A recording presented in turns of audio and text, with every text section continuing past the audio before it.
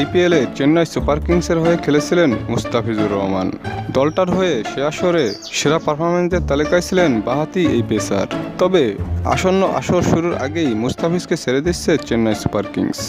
এনডিটিভির এক খবরে এমনটাই নিশ্চিত করা হয়েছে। গত আসরে 2 কোটি রুপি ভিত্তিমূল্যে মুস্তাফিজুর রহমানকে কিনে নিয়েছিল চেন্নাই সুপার কিংস। চেন্নাইয়ের হয়ে খেলতে নেমে অভিষেক ম্যাচে দুর্দান্ত ফর্মে ছিলেন মুস্তাফিজুর রহমান। মাত্র 9 ম্যাচে 14 উইকেট নিয়ে সর্বোচ্চ উইকেট শিকারীর তালিকায় ছিলেন তিনি।